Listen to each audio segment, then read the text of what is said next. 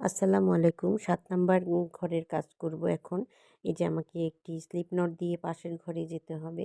উম উম কারণ আমাকে ৫ T double ক্রোশেটের উপর এবার ৩ টি ডাবল ক্রোশেট করব আমি। ৩ টি চেইন দিয়ে কাজটা শুরু করলাম এবং পরপর আমি আরও ২ টি ডাবল ক্রোশেট করব।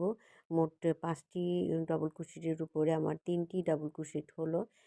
তারপর আমি ২ টি চেইন দিয়ে মাঝখানের ঘরটায় আমি চলে যাব। এই যে দেখতে পাচ্ছেন। মাঝখানের ঘরে আমি একটি ডবল ক্রোশেট করলাম এবং ডবল ক্রোশেটের পরে আমি ৬০ টি চেইন করব। এই যে ১, ২, ৩, ৪, ৫, ৬, ৭। তারপর আমি একই ঘরে আরেকটি ডবল ক্রোশেট করব। ঘুরিয়ে এনে আমি সুতাকে একই ঘরে একটি ডবল ক্রোশেট করব। এই যে এখানে একটি ডিজাইন তৈরি হবে, একটি কাজের শুরু হবে এখানে। তারপর আমি আবার ২ টি চেইন দিয়ে পরের ঘরে কাজ করার জন্য একটি ডবল ক্রোশেট বাদ দিয়ে পরের ঘরের ডবল ক্রোশেটের উপরে আরেকটি ডবল ক্রোশেট করব। ঠিক একইভাবে ওই পাশেও আমার কাজটা করে যেতে হবে এবং এভাবে ডিজাইনটা উপর দিকে কাজটা হবে।